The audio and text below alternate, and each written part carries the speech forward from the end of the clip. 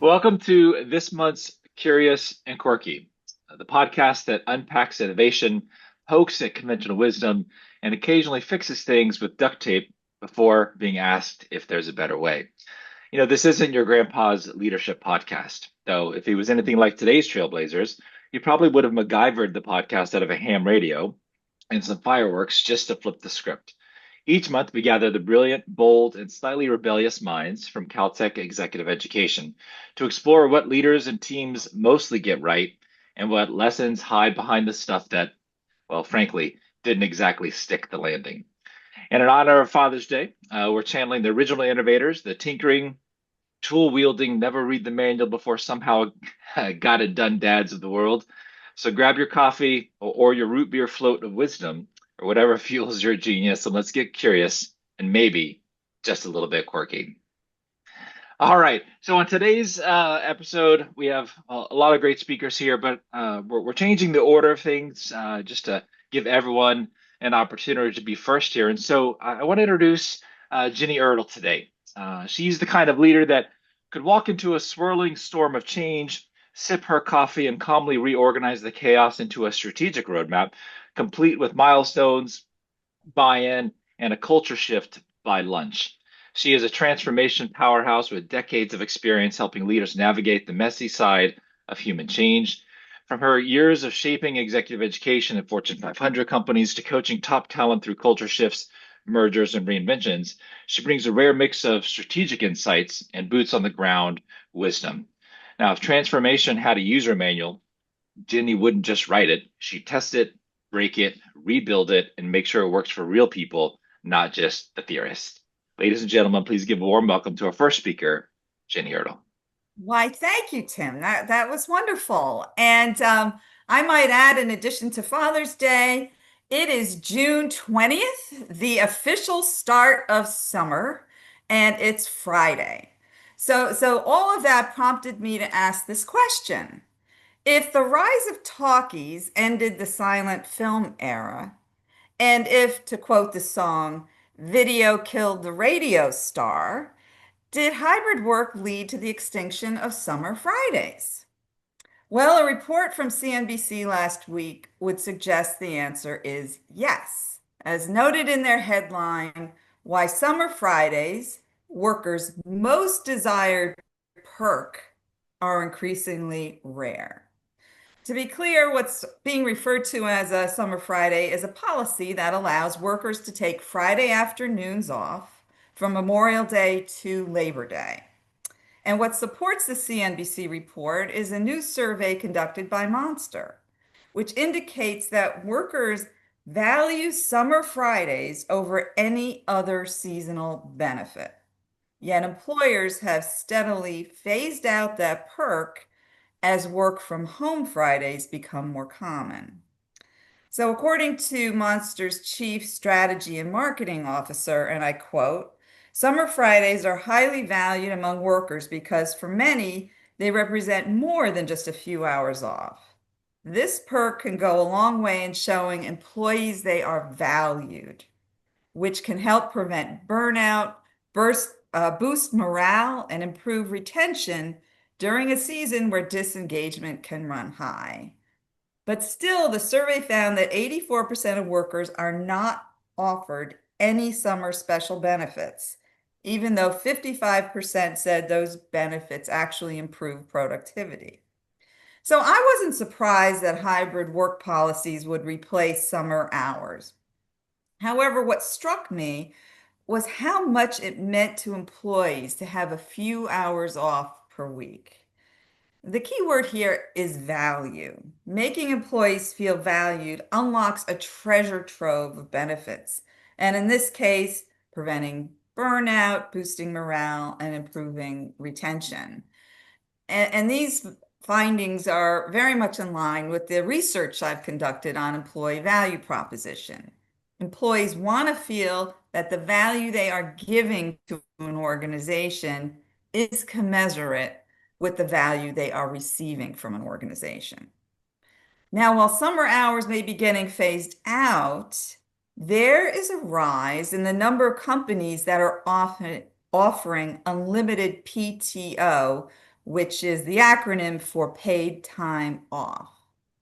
According to the human resources trade group SHRM, 7% of US employers have no cap on vacation days. Unlimited PTO means employees can take days off whenever they want, typically with manager approval. That's the key here.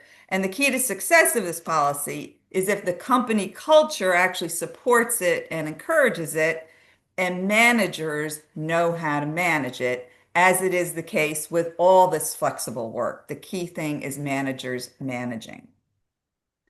But what's interesting, in the absence of the support from managers or the culture, this policy is met with suspicion.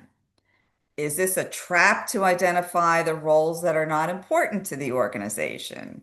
Is it a way to truly separate those who are committed to the organization and those who are not? So that's kind of out there, the natural suspicion. But US News and World Report lists 20 companies. I know it's not a lot, but it's interesting. 20 companies that have an unlimited PTO policy. And as expected, it includes, a number of small tech startups. However, it also includes Honeywell, a global conglomerate, SoFi, a financial services company, Microsoft, who adopted it recently in 2023, and Netflix, who was an early adopter in 2003, 22 years ago.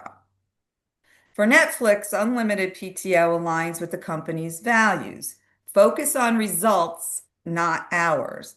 And as a result, Netflix shifted its focus from tracking the time employees spent working to focusing on the results they're delivering, making the idea of unlimited vacation a logical extension to this philosophy.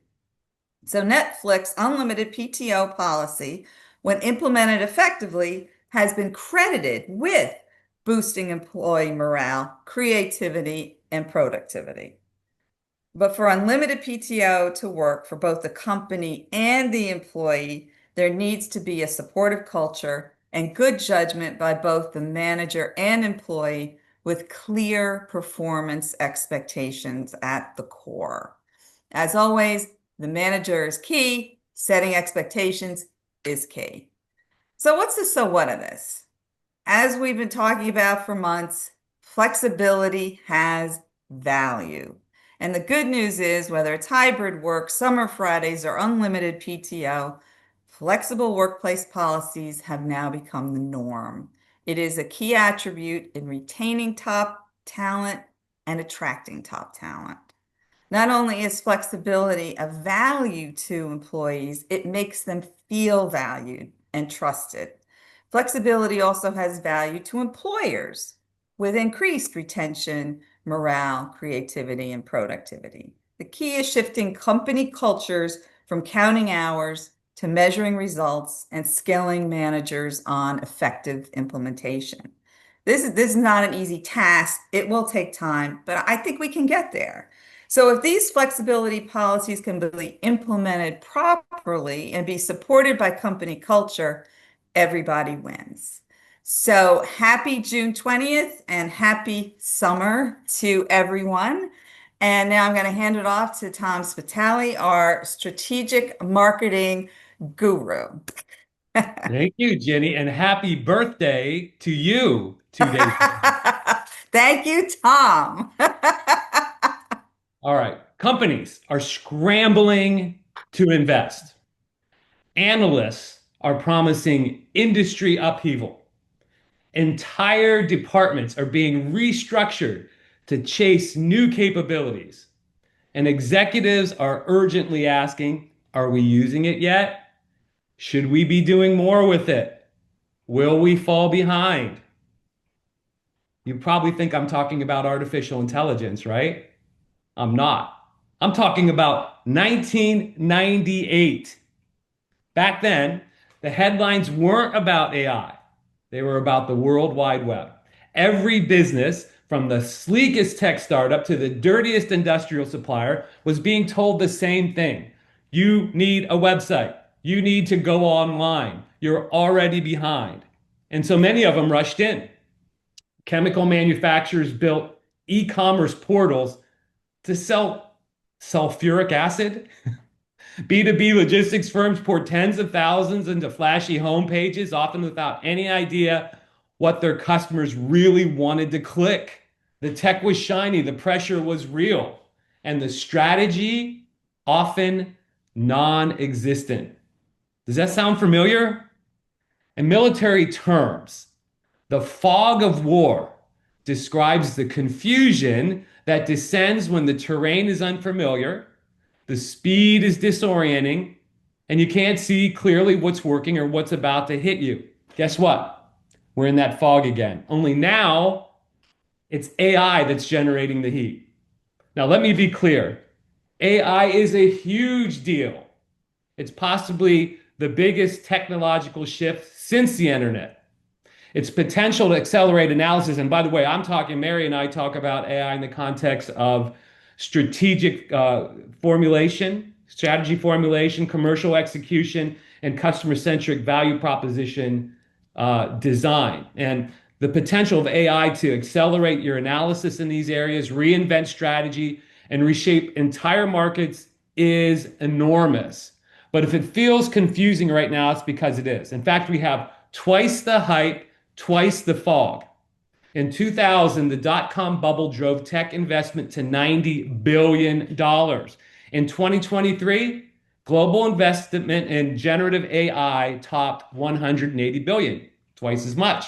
Companies are racing to deploy generative tools without understanding how they support customer needs.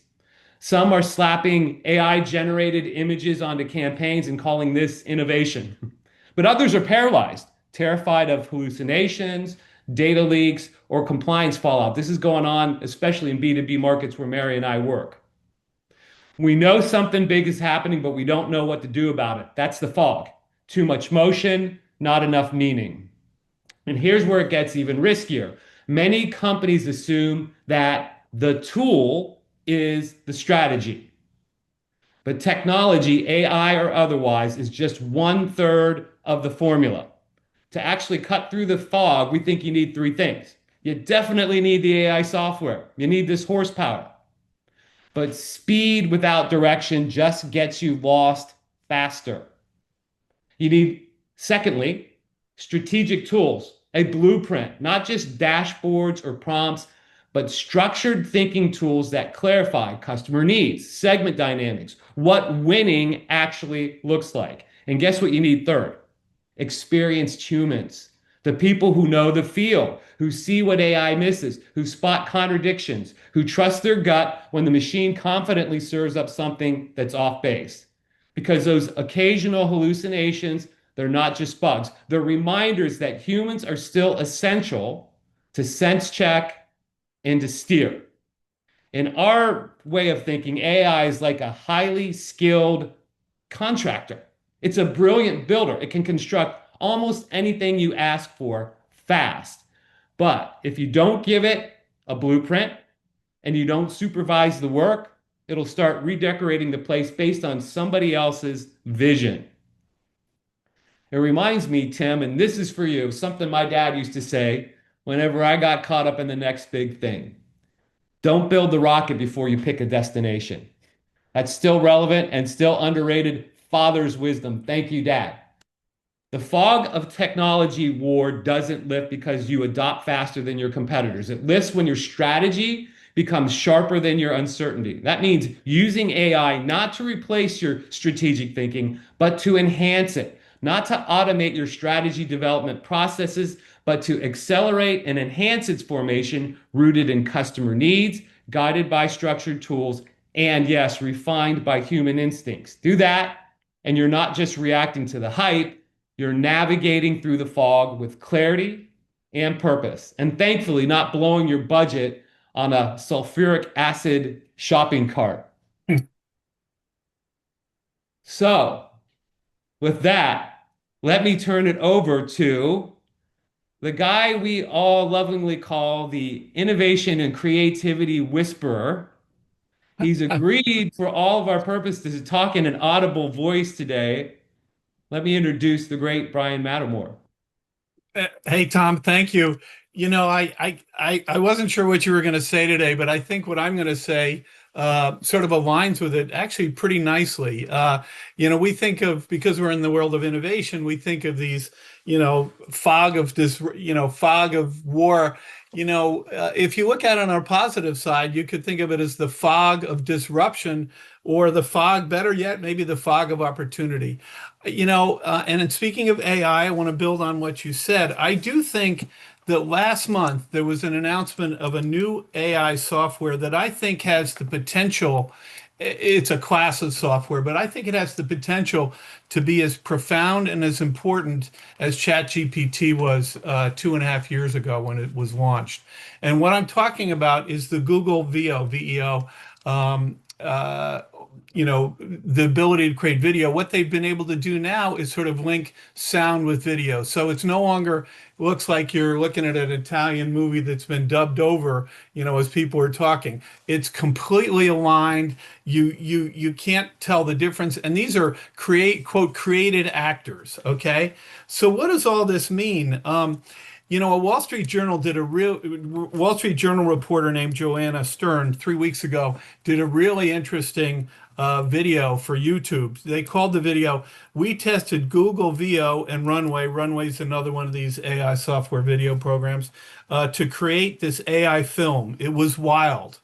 And so if you just put that into YouTube, you'll be able to look at this. 3 minutes of the video. By the way, her video was called "My Robot and Me." And they wrote the script for this thing. It was all created with AI, but it's a 7-minute posting. And so the other 4 minutes is around how they actually did it. And so I would encourage you to take a look at that.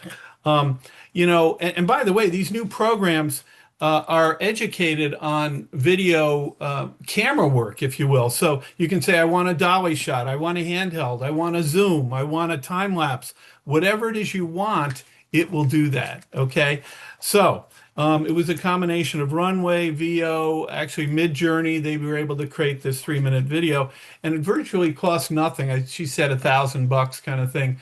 But the implications of this are huge, obviously, for the movie industry, and obvious. If they can do that, and again, if you look at the quality of this, you'll be blown away.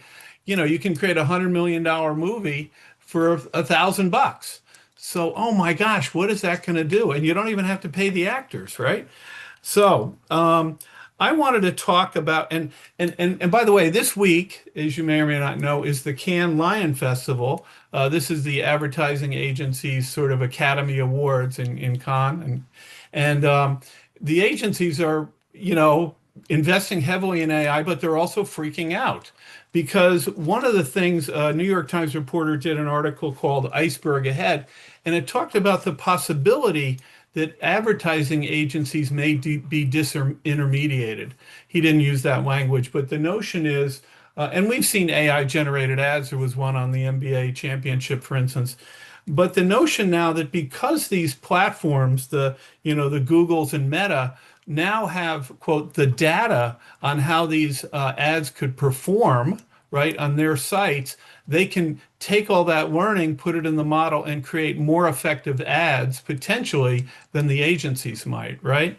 So these are some obvious implications for movies and advertising, but I thought it would be fun, because I'm this innovation guy, to come up with some different industries and how they might be disrupted, or new services that could be offered. So education, obviously, will have training videos, but I was at a Dartmouth alum event a few weeks ago with an AI expert, and he was saying that professors are now not giving essays out of class. They're having them write essays in class because they're worried they'll do it using AI. But what would it be like to have essays that are video essays? I mean, how much fun would that be to create those? Video resumes, I'll predict, will become commonplace in the future. One of the ideas I kind of liked, we have YouTube. I'm going to call this idea ViewTube. And on here, you can take jokes and turn them into videos. But even more important might be AI bloopers. If you look at this Wall Street Journal posting, you'll see there are a bunch of the AI bloopers, and they're really interesting, and they're really fun. Another one would be, we have audio books. What about Vidlit, video books? Again, these are not new ideas, but now they're new because they're possible. They don't cost anything. Personalized greeting cards is an obvious one. Messages in motion for these things. The last two I want to share, in the legal profession, I guess you could presumably have a victim, even a murder victim, testify at their own trial, right? By creating this video of who they are and what they did and all. And it would be very compelling. Probably more important and probably closer to what's going to happen sooner than later is video presentation of, for instance, accident scenes. Now they do drawings, but now you can do incredibly compelling videos. And so the last one want to share, hopefully this one isn't that obvious, but it's sort of close to my heart. I thought it would be really fun to create a service, a company, a site, whatever, that takes poetry and turns them into videos. So, The Road Less Taken or Stopping by Woods on a Snowy Evening from Robert Frost, to see these things put in video form. Again, this could be done now, but because it doesn't cost anything, anybody could be doing that, right? And how much fun would that be? And I think the nice thing about this is it could make it much more accessible to the world, because you want to watch a video versus read a poem. The last thing I'll say is that I would encourage anybody, whatever industry you're in, sports, healthcare, transportation, hospitality, restaurant, it doesn't matter. If you begin to think about the fact that now you can create no cost or even low cost videos in your particular industry and what those transformations could be. So that's, we'll see. I mean, this is pretty exciting, pretty disrupting. And speaking of disruption, I'll hand this over to Alan. Alan is our supply chain guru, and I just want to say that two Curious and Quirkies ago, his talk about tariffs. I learned more about tariffs in his 6 minutes than I had in the past 3 years. And so I would encourage you to maybe even go back and look at some Curious Quirky videos. If you want to get a really intense and wonderful course in supply chain, just go back and look at these Curious and Quirky videos. And I can't wait to hear what Alan's got to say now. Alan, you're up. Well, thank you, Brian. So we're going to talk about tariffs again today a little bit, but we're going to take a historical perspective because, this is kind of our Father's Day episode. And I was reminded that my father's world was also rocked with tariffs, as was his father's. And by the way, his father's and father's father go all the way back. The U.S. has had a long history with trade tariff policies.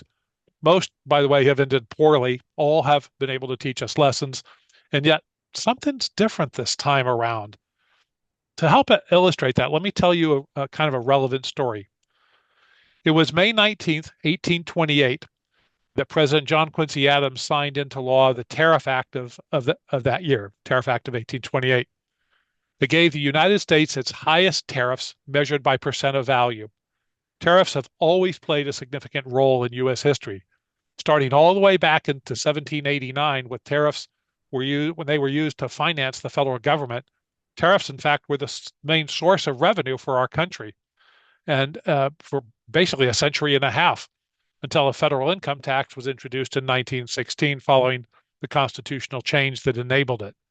By the way, tariffs at one time on foreign products coming into the U.S. were as high as 95% of federal of the products, and by the way, generated over 95% of total federal revenues. The 1828 Act was controversial because it was designed to protect industry. It wasn't designed to help human beings. It was designed to protect industry, and particularly industry of the North, from competition from cheap imports, while severely limiting the economies of the southern states on purpose. The tariff was 38% on 92% of all imported goods.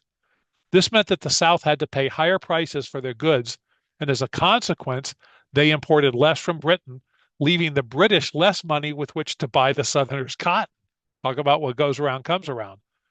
Southerners dubbed this the Tariff of Abominations and started a proceeding to nullify it in some of their states. literally states trying to nullify federal rules and laws. This itself led to a constitutional crisis. By the way, are some of these terms sounding familiar today? It led to a real constitutional crisis. Even before the Civil War in 1861 through 1865, U.S. citizens witnessed an attempt to break up the Union. The breaking up of the Union, as a result of the Civil War, the attempt to break it up in the Civil War, wasn't the first time this was attempted. It was attempted all the way back to the Tariff of Abominations. President Adams feared that this would undermine him politically, a fear subsequently justified when he actually was beaten by Andrew Jackson as he sought re-election in 1928. There was a consequence, I'm sorry, 1828. There was a compromise of 1833, which gradually reduced the tariff to about 20%. But this, in turn, again, was reversed as soon as the parties changed by what was called the Black Tariff of 1842, which raised the tariffs on foreign products across the board back to 40% in order to protect Northern producers and manufacturers from European competition. So apparently, ping pong tariffs happened then as well as happened now. I call them ping pong tariffs because every day is a new day, as we've seen the last couple months. Some historians believe that the distrust of Northern-centric politicians in the 18th century was a significant contributor to the Civil War. It's interesting that the abolitionist movement coincided with the horrible tariff ideas that eventually divided the country into South versus North. Notice the word division again here. Even before the abolitionist movement got a head start or a full head of steam, there was already this distrust. The Tariff of Abominations may have actually set the psychological stage for the Civil War almost 50 years before the Civil War. Talk about unintended consequences of global trade policies. The current administration seems to think that tariffs imposed on Chinese imports will be paid for by the Chinese. In fact, this is ridiculous. They're paid for by Americans who have to pay more for their imports. Furthermore, imposing tariffs on foreign produced goods now allows domestic producers to raise their prices in the absence of low-cost Chinese competition. By the way, in a free market system, why wouldn't they? So we use an example of the steel industry. The administration's proposed tariffs make steel more expensive to impose or to import for U.S. steel users, car companies, etc. Customers can either pay the now higher prices for foreign-produced steel or turn to already higher-priced domestic steel. Everything made with steel now becomes more expensive, meaning that prices rise within the U.S. for domestic consumers of cars, refrigerators, machine tools, warehouse racks that are in Amazon warehouses, nuts, bolts, and screws, etc. The U.S. importers, of course, will probably suffer, but also the exporters will find it harder to sell their goods abroad. The administration also seems to think that Chinese exporters will simply absorb tariffs and keep their prices low by taking lower profits. Historically, going all the way back to 1789, there's no evidence that this has ever happened, at least on a large scale. There's some evidence that it's happened on a very small scale, but then again, there's no evidence that this will repeat, even on a small scale, will be repeated. So if you believe in history, you have to believe that it's unlikely that China or any other country will absorb these tariffs. More likely, what will happen is the Chinese will send to the European Union countries the low-cost steel, using our steel example again, that they can now not sell in the U.S., thereby undercutting EU steel producers.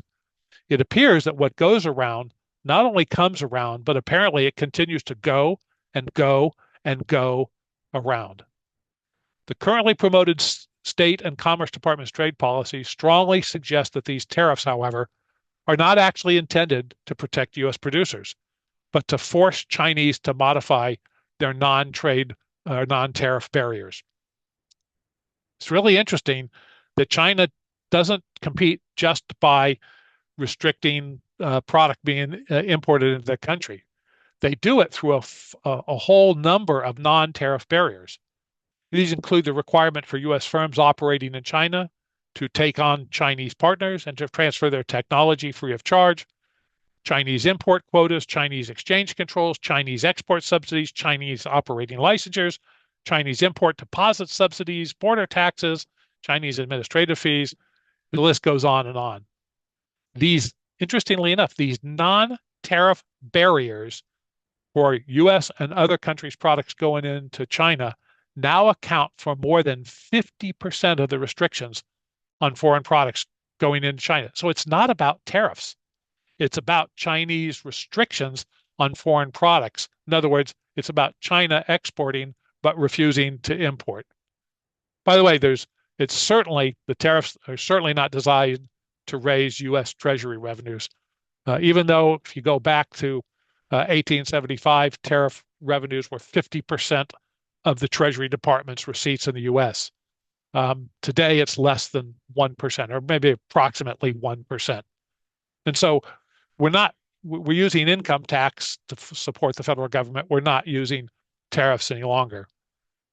However, if trade tariffs are simply a bargaining chip to begin the undoing of massively imposed one-sided trade agreements, they could possibly be justified, and they might even work. Since China entered the WTO, the World Trade Organization, on December 11, 2001, by the way, an incredibly important day in history, global trade restrictions disfavoring the U.S. have become the norm globally. Trade restrictions from most U.S. trading partners are now so skewed against the U.S. and are on such a massive scale that it can actually be confirmed that U.S. taxpayers are effectively subsidizing most of the trading partners and most of the trading countries. If the current administration's trade policies are designed to protect U.S. producers, they're probably going to make life harder for the consumers, just as in 1828's Tariff of Abominations, and just as all, by the way, major tariff acts have done. I believe the former is the reason. I believe that the administration is trying to rewrite the trade non-tariff rules. Excuse me. But only time will tell. And as we've seen by prior tariffs, we've been here before. Our grandfather's world has repeated, our father's world has repeated, and now we're seeing it. This is not new. And yet, the good news is we have a rich history of repairing our prior trade mistakes. The bigger question, though, that I want to leave everybody with is, will China repair their mistakes and open their country to freer trade? With that, I'd like to turn it over to Tim to wrap this up. Thank you. Thanks, Alan. Okay, I'm going to shift gears. The other day, I saw an image, and there was an incredible image of a kind of solitary road in the middle of, I will say, this field basically, and it was kind of snow all around. And what happened is, what you saw is, on that middle of that road, there was one of those gates, right? You know, the arm gates that you typically have in parking lots and so forth, right? And so in the middle of this one single road that was seemingly going to nowhere, there was a gate. It was clear. I will say it was very deliberate. And it was one of the ones that was meant to kind of be a checkpoint and meant to stop you from going forward. You know, but when you look at the bigger picture, you know, the tire tracks told a different story. The tire tracks you could see in the snow went around the gate, and no one really stayed on the road, and the road was still covered in snow, and everyone decided just to go around the gate along the way. And I thought about that picture for probably the good span of that entire weekend, and all the different ways of how that can apply to life and careers and everything else.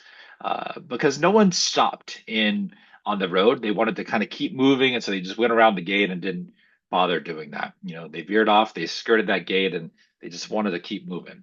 You know, and so towards the end of that weekend, it really hit me. And I think most of the people, at least that I engage with on a regular basis, and kind of the generational shift that I'm seeing, a lot of people treat their careers that way.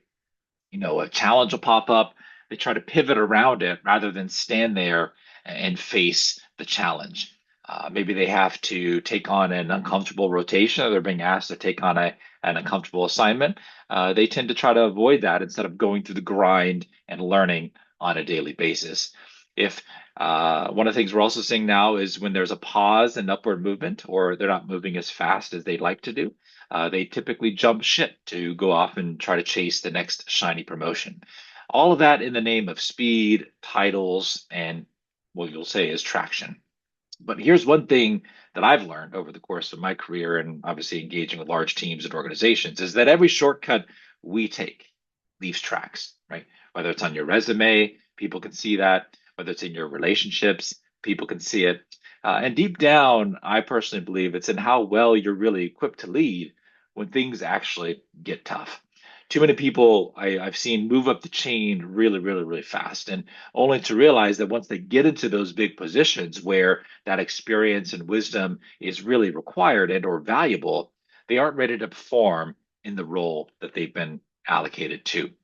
So let's reframe our perspective for a second and let's ask ourselves a question. Instead of saying, oh my gosh, there's just another barrier, there's a gate in the way, I think we need to ask ourselves, why is the gate there in the first place? What is this moment right here, right now, trying to teach me? It's not always there to block your path. Sometimes I believe it's there to slow you down and give you an opportunity to really shape your next step, taking in all the information of where you are. Maybe it's a gate that says, hey, this may not be the right path for you. Maybe we do need to go into a different direction. Or maybe it's, hey, there's a big hole coming up. There's a big, massive challenge coming up, and you need to sit here for just a little bit longer and learn a bunch of new stuff in order for you to be successful in going down this path. Because in leadership and in life in general, the long road that we like to take or we don't like to take, I think it teaches us what the shortcuts never will. How many times have you spent I'll say, more time on a task or a specific effort or an activity, or even in a conversation with somebody, only to learn something that you would have never learned if you hadn't done that or hadn't spent that extra time doing that. All those challenging projects that no one wants, that's where you really learn to lead without a compass or even a map. You have to navigate, kind of by your own abilities and learn as you go. There's a lot of people are in this boring phase of their career where they've kind of done a lot of stuff, gotten to a certain level, and they're just kind of hanging out, waiting for the next step, etc.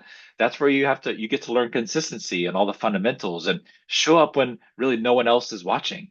And then everyone's always had that tough boss, the boss that has been really hard on them, or they call the 7:30 morning meetings every day, et cetera, et cetera. All those situations help us teach us emotional intelligence, boundaries, and really the value of being able to influence through the use of your own voice. So a lot of things can be leveraged and created and crafted by tackling those situations. And so the lull that sometimes comes between roles, between teams, seemingly sometimes between long spans without a win, that's where we always have to be self-reflective. And if you aren't regularly self-reflecting on your life and in your career, it's never a bad time to start, because my friends, that's where true leadership really begins to take root. The truth is, I think we've really glamorized momentum as a society. We're always looking for movement, upward mobility, moving in lateral directions as well. But my perspective is that leadership isn't always built on motion. It's built on meaning, it's built on impact, and it's built on influence. If you want to be a leader, when I look at people who I want to be like, it's people not necessarily because they have the big corner office and they're a vice president. It's because they have people following them because those people want to follow that person, not because they're a vice president or not because they have the corner office, because they have impact. They have quiet influence potentially, and then they can just lead and people listen to them when they talk. So fast doesn't always equal prepared. Polished doesn't always equal that you're actually ready for that. And skipping steps in general doesn't always make you a leader. At least when I'm interviewing people and talking to people, I think sometimes it actually makes you more of a risk than actually a true leader in that sense. So my challenge I'll leave to everyone here is this: stop trying to go around the gates. Always ask yourself, what is this moment trying to teach me? Or why is this gate here in the first place? And I know sometimes we get annoyed and frustrated, but just take a second and ask yourself that question and reflect on it just for a little bit. And hopefully you'll gain a different perspective, because one day someone's going to look to your path for guidance. Maybe it's an intern, maybe it's your children, maybe it's a new person in your organization, whatever it may be. But when they do, they won't be necessarily inspired by how fast you got there, I believe. They'll be moved by how you handled every single step of that journey and what you didn't end up sacrificing to make the journey and what you didn't skip to get to the end goal. So this one's for all the father figures out there who didn't hand out shortcuts, just high standards and tough love. And looking back, I think sometimes that makes all the difference in a lot of different cases. So I ask that you stay centered and stay the course, because in the end, the destination matters, not necessarily how you get there, but that's going to help you define who you become when you arrive. All right. So with that, I'm going to bring everyone back to the table. We'll have some additional conversations and questions. I wrote down too many questions, so I will start.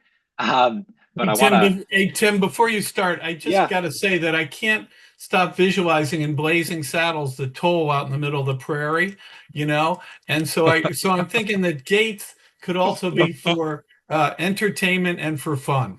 Yeah, that's right. They definitely can be. That's a great point. I had a question or comment for Brian. So you mentioned one of your things is that the AI generated video can be used for victims, and that actually recently happened. If you there's a lady by the name of Stacey Wales in Chandler, Arizona. Her brother was killed in a road rage traffic accident, and so during the trial, I think it's the first time this ever happened. She struggled with what she was going to say when she was in the courtroom. And so what she did is she always went back to what her brother would say. So they created an AI generated video of her brother saying what she felt he wanted to say. They used that as evidence in the trial. And it was the first time they think they've ever seen it. So you can actually go and watch the video. It's strikingly similar, they're saying, and it's eerily similar to him. But it was kind of a therapeutic moment for them as well, but also, like you said, kind of this next generation of things that could be leveraged. So definitely I wanted to add that to your toolbox, because I remember seeing that and I was like, that's very interesting. So thank you. I didn't know about that, and the judge admitted it, huh? Because it's potentially very biasing, right? Right. I think so, because it's so Yeah. incredibly powerful. But thank you for sharing me that, Tim. I didn't know that was the case. Yeah, for sure. But I want to build on that a little bit, because I was really intrigued, Brian, by what you were talking about. And with VO and other similar sort of products, in a sense, we're redefining animation. And if you think about in the movies, if you take a look at the top 10 selling grossing movies of all times, 2 or 3 of those were animated movies. And so there's clearly a market for animated movies. So think about the disruption if you don't need high-paid actors, if you can do this in the studio, to your point. Think about how this changes the whole landscape of entertainment. Yeah. Gotcha. Alan, that's such a great connection. I hadn't thought of it as an evolution of animation. Yeah. But it really, in some sense, is, even though it's reality-based animation, right? Yeah. And so it's a wonderful connection you made. So thank you for that. Yeah, and I think the biggest challenge there is going to be, I think I talked about this maybe a year and a half ago when all the strikes and all the guilds and the actors, directors, and everything guilds were happening in Hollywood.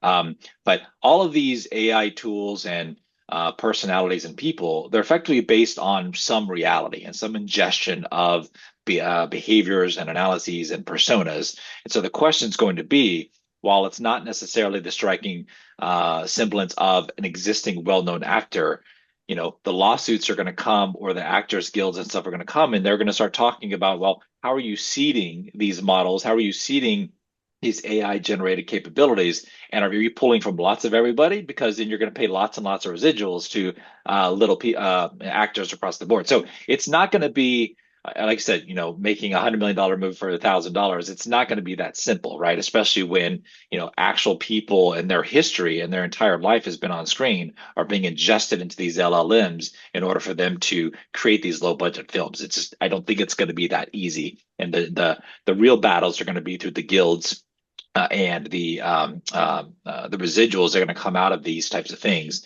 And that's what a lot of the strikes in the actors guilds were recently around, and trying to negotiate a lot of those types of behaviors and kind of get ahead of the whole AI persona. But it's really interesting though, nonetheless. But I do think that there's a nuance there that is going to drive significant change and challenges for automatic profit right on the back end. So It is Yeah, interesting to me how in industries, how technology oftentimes changes who the top dog in an industry is. There Hmm. was a time where movies didn't get made if Blockbuster Video didn't review and kind of approve the script. That's how much power Blockbuster Video had at one time. That Hmm. movie had to be rentable to be able to get financing. And so, and yet that changed, as soon as we had streaming, and of course, in itself changed things. So it is interesting how different things, different technologies can actually change, um, who the predator is, and who the others are in the food chain of Yeah. commerce.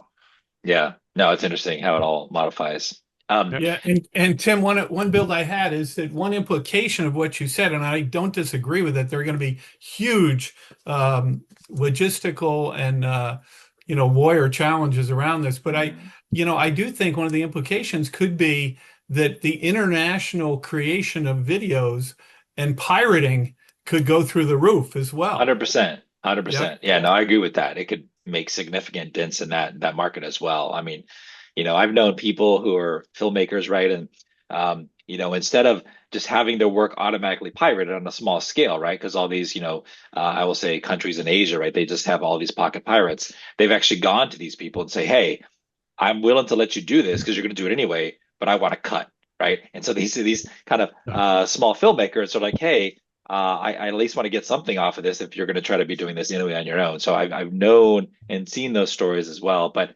again, maybe those people can get cut out of it now. That's all automatically generated. So who knows what's Can going to I And ask, it's happen? like selling paraphernalia at the Grateful Dead concerts. Anyway, go ahead. Sorry. I actually, this is You want to fascinating. tell us about that, Brian?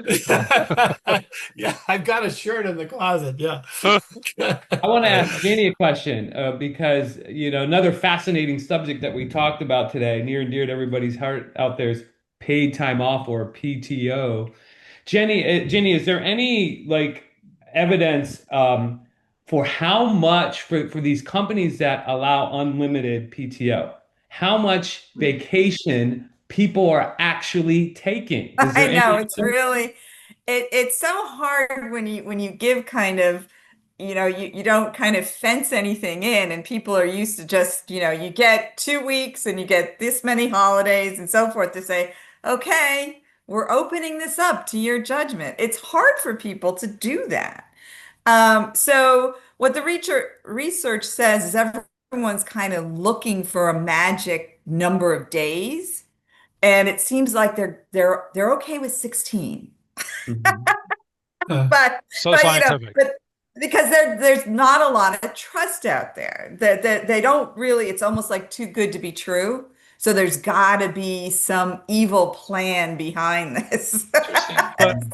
But but Jenny, do you think that with all the remote work continuing to grow, do you think that PTO in the future is really not going to be paid time off? It's going to be paid turn off.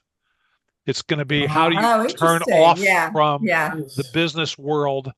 Because Yeah. I just think that there's, I don't know that stress has been reduced by remote work. I don't know that for a fact, but I do know that it's too easy to go to work when you work remotely.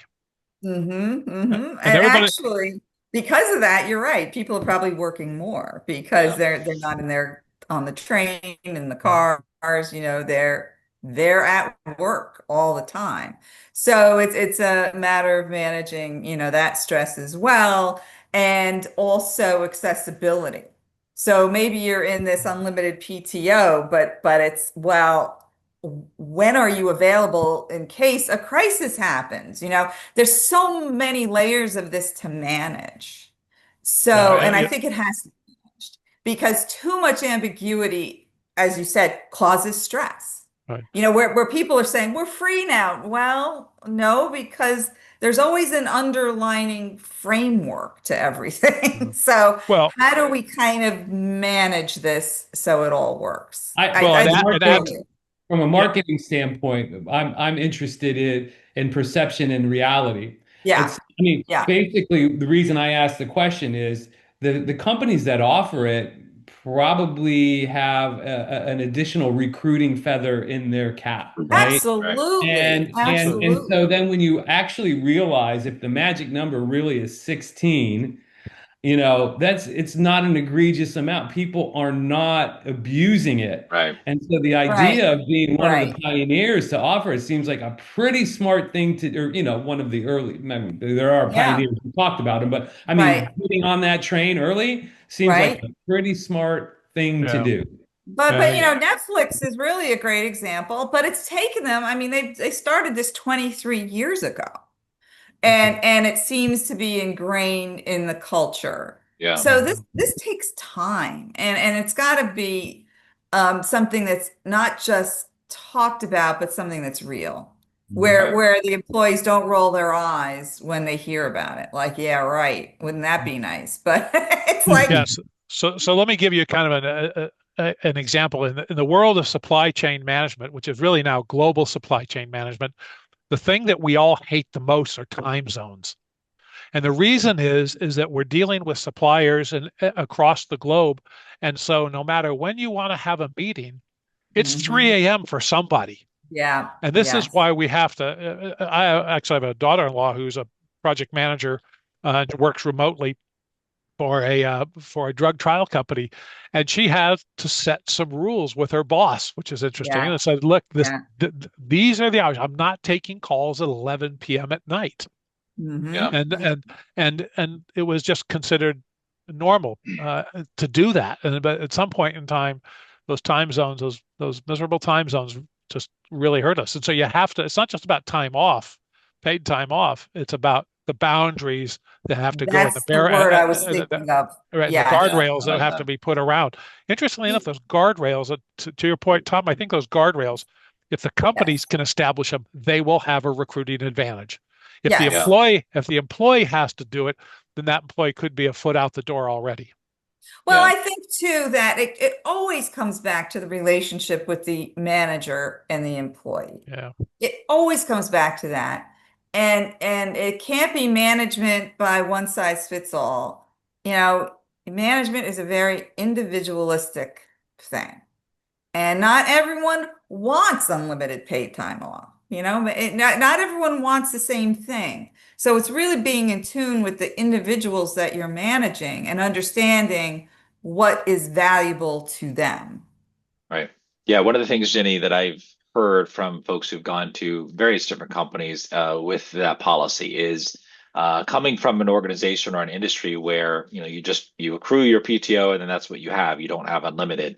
The culture that they have offered, and this is from a couple of different sources, that there's more of I will say, a culture of self-policing from your peers of, oh, you're taking a little bit more PTO now, and it's kind of like this kind of peer pressure thing to not Yeah, take a tremendous amount. So it's a little right, bit different in that context as well, that you don't necessarily have because you've earned right. it and you've accrued your PTO along the way. So it's something that I've been hearing quite a bit as people kind of rotate through in and out of the companies, but definitely could be part of this kind of structured 16-day magic number, right? That you got to keep it Yeah. within reason. So, um, Tom, I had a question for you.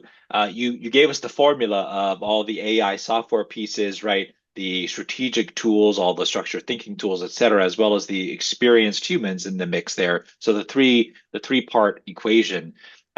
Where do people need to invest the most right now? Where would you recommend that they invest the most in that formula? Well, I think the humans are already there. I mean, I think that's the most important part of it. I guess there's an investment in time to kind of make sure that those voices are heard and that field experience is entered into whatever strategy is. But and I think tools aren't that expensive either, right? So I Right, think what right, they need to invest is in the software. They need to have the software. I mean, a lot of B2B companies are not really. I mean, I talked to a company the other day in Italy, a pretty good size company that makes control systems, and basically they've got an AI chatbot. That's it, and their company is encouraging them to kind of go out there and learn about AI. It seems kind of slow to me, So I do feel like it's in the circles that I run in the B2B world that you need to get some software. You need to get some software that can help you to create your commercial strategy. And that's probably the biggest dollar kind of investment that's necessary. But the time commitment needs to come from getting people involved in developing the strategy and the ideas and understanding customer needs from the field perspective and supplementing that with what AI software can tell you is going on in the broader market. Mm-hmm. It is amazing to me how humans are cursed with this buy the shiny object first before they think about it. I will, Tom, I think that was the best presentation I've heard on the practicality of AI since I heard the first term AI. And I'm struck, and I will always remember your father's comment about speed without a strategy or a plan is just gets you lost faster. I mean I love that. that's what happened in the ERP revolution, the Y2K. That's what Yeah. happened with stereolithography and the 3D printing. I mean, every technology it's kind of part of the hype curve, I think.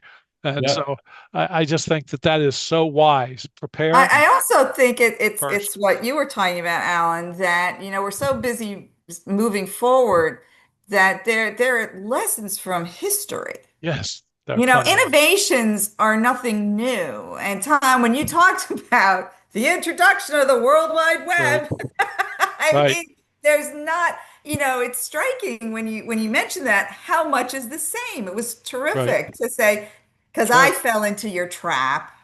Yeah, Yes, I thought you were that's going to right. immediately describing Right. AI. I fell Mhm. for it, but it was great because, Yep. there's nothing new in the world.